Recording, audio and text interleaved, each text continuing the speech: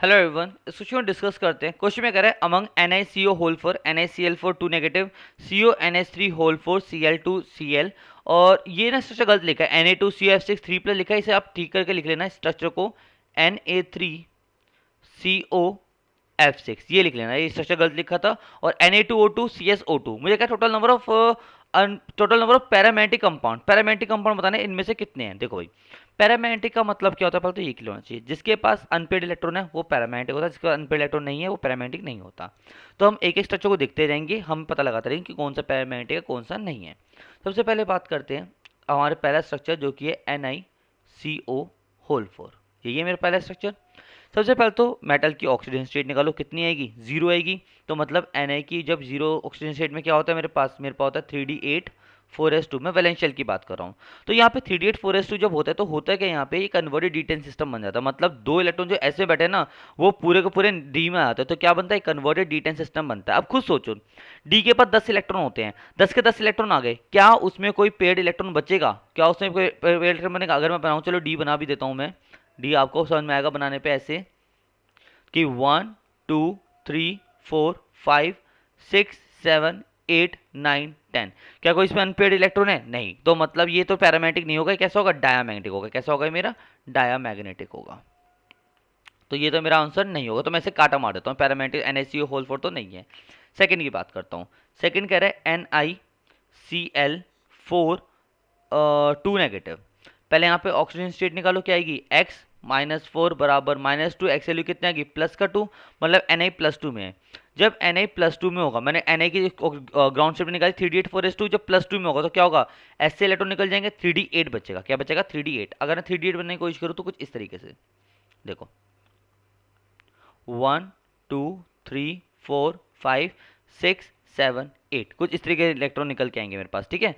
अब मेरे पास Na2+ का है। जब कॉम्प्लेक्स की बात करो NaCl होल फोर 2 नेगेटिव की, देखो तो इसमें क्या होगा, NiCl4 2 नेगेटिव के अंदर मेरे पास कोऑर्डिनेशन नंबर है 4, और मेरे पास जो है यहाँ पे जो है 2 नेगेटिव, मेरे पास Cl है। Cl क्या होता है यहाँ पे, एक +2 ऑक्सीजन स्टेट में यह वीक फील्ड लिगेंड की तरह काम करता है। किस तरह काम करता है, एक वीक फील्ड लिगेंड की तरह काम करता है। तो होगा क्या, ये इलेक्ट्रॉन जो है ना, जो पहले थे ये पेयर्ड नहीं होते, जिसकी वजह से क्या होता है, तुम्हारा ऐसे इलेक्ट्रॉन नहीं होता, 1 2 3 4 5 6 7 8 ऐसे कैसे ही रहते हैं। और बाकी जो बचा तुम्हारा sp3, इससे तुम्हारा टेट्राहेड्रल स्ट्रक्चर बनकर तैयार होता है। sp3 से क्या बनता है, टेट्राहेड्रल स्ट्रक्चर बनकर तैयार होता है। तो क्या ये पैरामैग्नेटिक है, डायमैग्नेटिक है, भाई ये तो मेरे को साफ साफ दिख रहा है क्या है, पैरामैग्नेटिक, क्योंकि इसके पास क्या है, दो फ्री इलेक्ट्रॉन है। तो मैं इसे तो कहूंगा ये क्या है, मेरा पैरा है। पैरा लिख रहा हूँ, पैरा, चलो पूरा लिख रहा हूँ, पैरामैग्नेटिक। क्या ये पूरा पैरा मैग्नेटिक। तो मैं कहता हूँ हाँ, मेरा ऑप्शन नंबर बी तो मेरा क्या है, करेक्ट है। अब आते हैं ऑप्शन नंबर सी पे, जो कि है मेरा क्या, ऑप्शन नंबर सी की अगर बात करूँ, ऑप्शन नंबर सी है मेरे पास CONH3 होल फोर Cl2Cl।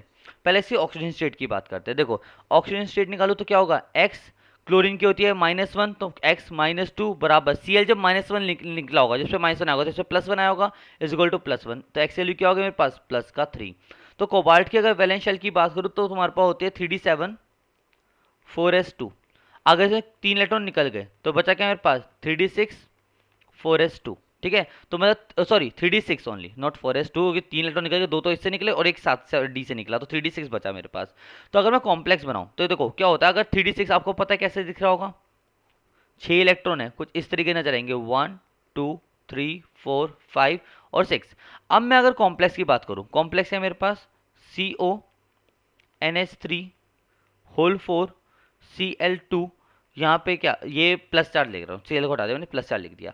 अब देखो ये जो होता है ना, इसके अंदर NH3, अगर CO मेरा +3 में, कोबाल्ट +3 में, NH3 कैसा काम करता है, स्ट्रॉन्ग फील्ड लिगेंड की तरह काम करता है। स्ट्रॉन्ग फील्ड लिगेंड की तरह काम करता है तो क्या करता है, पेयरिंग कर देगा। पेयरिंग कर देगा तो देखो क्या होगा, पेयरिंग के बाद देखते हैं कहानी क्या होगी। मेरे पास ये S होगा आएगा, ये P होगा, फिर क्या होगा यहाँ पे 1 2 3 4 5 6, जो 6 इलेक्ट्रॉन थे ना मेरे, जो 1 2 3 4 5 6 जो थे, उन सब की पेयरिंग कर दी, इन दो की पेयरिंग कर दी और इन दो की पेयरिंग कर दी, पहले की तो हो ही रखी थी। तो इस तरीके से पेयरिंग हो गई। और बाकी क्या होगा, मेरा D2sp3 बन के तैयार हो जाएगा। 4 5 6 है ना मेरे पास, D2sp3 बन के मेरा बाकी कॉम्प्लेक्स बन जाएगा। तो ये पैरामैग्नेटिक है, अनडायामैग्नेटिक, आपको पता है यहाँ पे एक भी फ्री इलेक्ट्रॉन नहीं है, तो क्या हो जाएगा मेरा, डायामैग्नेटिक। क्या हो जाएगा ये मेरा, डाया मैग्नेटिक। तो ये भी मेरा आंसर नहीं होगा। अब आते हैं नेक्स्ट ऑप्शन पे, जो कि मेरा Na3CO F6। मैंने क्वेश्चन चेंज कराया क्योंकि क्वेश्चन में गलत था वो, Na3CO F6। तो देखो Na3CO F6 की बात हो तो ये टूटेगा तो कैसे होगा, देखो Na प्लस लेके निकलेगा, तो CO F6 पे क्या आ जाएगा, पूरे पे 3 माइनस आ जाएगा। ऑक्सीजन स्टेट निकालो, CO की क्या होगी, x माइनस 6 बराबर -3, तो x की वैल्यू कितनी आ गई मेरे पास, प्लस का 3।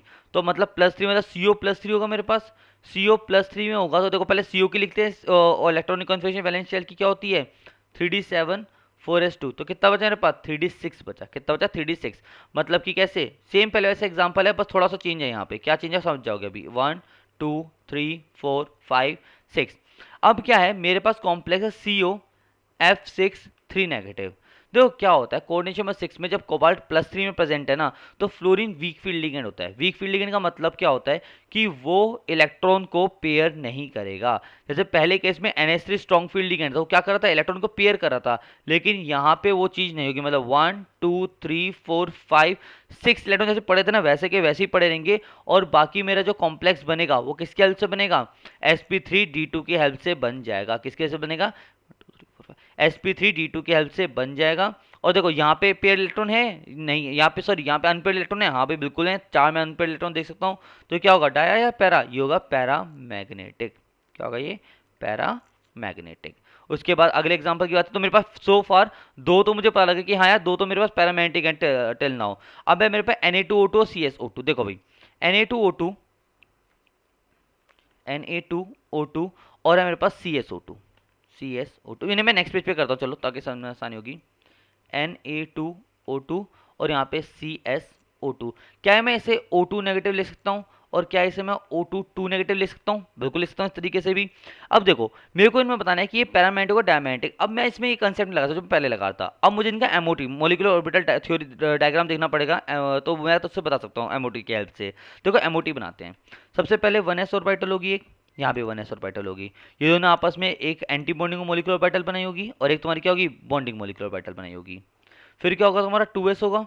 सिमिलरली 2s ने भी ये चीज़ करी होगी, एक तुम्हारी एंटी बॉन्डिंग, एक तुम्हारी बॉन्डिंग। उसके बाद तुम्हारा क्या होता है, 2p, तुम्हारे पास 2p आता है। 2p में क्या होता है, चलो थोड़ा ऊपर की तरफ बनाता हूँ। यहाँ पे अपना 2p आ गया। 2p में क्या होता है, सबसे पहले एक सिग्मा pz बनता है यहाँ पे, और फिर क्या बनता है तुम्हारा एक पाई बॉन्ड बनता है, pi x and pi y, pi y. ठीक है, सिमिलरली यहाँ पे दो एंटी बॉन्डिंग होगी। फिर तुम्हारे पास क्या होगा, यहाँ पे बॉन्डिंग ऑर्बिटल होगी। अब देखो अगर इलेक्ट्रॉन भरना चालू करते हैं, ठीक है, अगर मैं O2 पहले ना मैं क्या करता हूँ, O2 नेगेटिव को भरता हूँ। O2 नेगेटिव में आपको क्लियर हो जाएगा O2 नेगेटिव के इलेक्ट्रॉन कितने होंगे, यहाँ पे लिख दो एक बार। ये 1s है, ये 2s है, ये 2p है। ठीक है, ये होगा तुम्हारा, ये लिखने के बाद ठीक है। अब देखो O2 की बात करें, O2 नेगेटिव में कितने कितने इलेक्ट्रॉन होंगे, एक ऑक्सीजन होते हैं, hydrogen helium lithium beryllium boron carbon nitrogen oxygen, 8 होते हैं। तो 8 टू 16 16, और एक इलेक्ट्रॉन ऐड हो रहा है, -1 का चार्ज, मतलब एक इलेक्ट्रॉन ऐड हो, तो कितने इलेक्ट्रॉन हो गए, 17 भरना चालू करते। देखो 1 2 3 4 5 6 7 8 9 10 11 12 13 14 15 16 17। अब देखो क्या इसके पास कोई अनपेड इलेक्ट्रॉन है, बिल्कुल है भाई। CSO2 में क्या है, मेरा एक अनपेड इलेक्ट्रॉन है। तो मैं कहता हूं कि यार ये तो मेरा क्या होगा, ये मेरा होगा पैरामैग्नेटिक। क्या होगा ये, पैरामैग्नेटिक। अगर मैं अगले की बात करूं, तो मेरा क्या है, O2 नेगेटिव। देखो इसका अगर टोटल इलेक्ट्रॉन निकाल तो कितना होगा, ऑक्सीजन को 16 आएगा, लेकिन यहाँ पे इलेक्ट्रॉन कितने हैं, +2। तो कितना हो गया, +2 कितना हो गया, 18। अब खुद सोचो, जो आपका 18th इलेक्ट्रॉन, 17 तो आप फिल कर चुके, 18 इलेक्ट्रॉन कहाँ होगा, यहाँ पे आ रहा होगा ना। और यहाँ पे आएगा तो क्या अब कोई इलेक्ट्रॉन पेड बचे, आपके पास कोई अनपेड इलेक्ट्रॉन बचेगा नहीं। तो ये क्या होगा आपका, डायामैग्नेटिक होगा। क्या होगा आपके पास, डाया मैग्नेटिक। तो मेरे पास कौन कौन से एग्जाम्पल हुए, मैं कहता हूँ मेरे पास 3 एग्जाम्पल हुए जो पैरामैग्नेटिक हैं, जो कि ये हो गया, एक मेरा हो गया सीजियम सीजियम ऑक्साइड हो गया, और एक मेरा कौन सा हो गया, Na3CO F6 हो गया। तो मेरे पास कितने हो गए, 3। तो मैं कौन सा ऑप्शन टिक कर दूंगा, बी ऑप्शन को मैं टिक कर दूंगा कि 3 कंपाउंड मेरे क्या हैं, जो पैरामैग्नेटिक हैं। ठीक है।